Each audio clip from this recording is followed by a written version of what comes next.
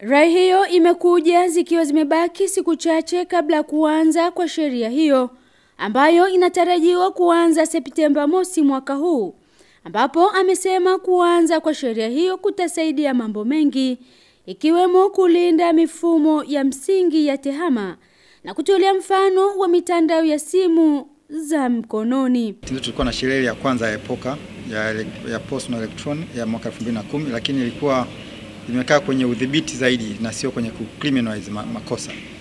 Lakini kwa bahati imekuja sheria mpya, na sisi kama wadau na wasimamizi wa sekta ambayo matatizo haya yanatokea, kazi yetu ni kukaa na serikali kuhakikisha tunawasaidia, especially sisi kwenye kusaidia upatikanaji wa ushahidi na kadhalika. Wakati hizo kesi zinapokwenda mahakamani, ndio kazi yetu kubwa.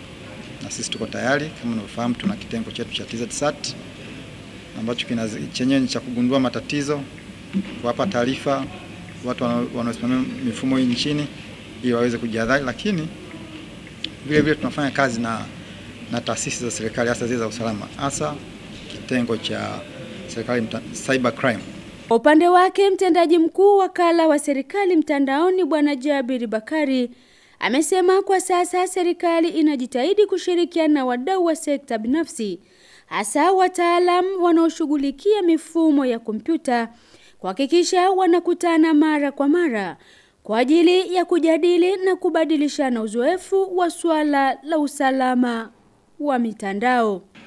Tanzania sasa hivi, kama nilivyosema kwenye hotuba ile, matumizi ya teknolojia yamekuwa ukubwa wake na yanazidi kukua kwa kasi.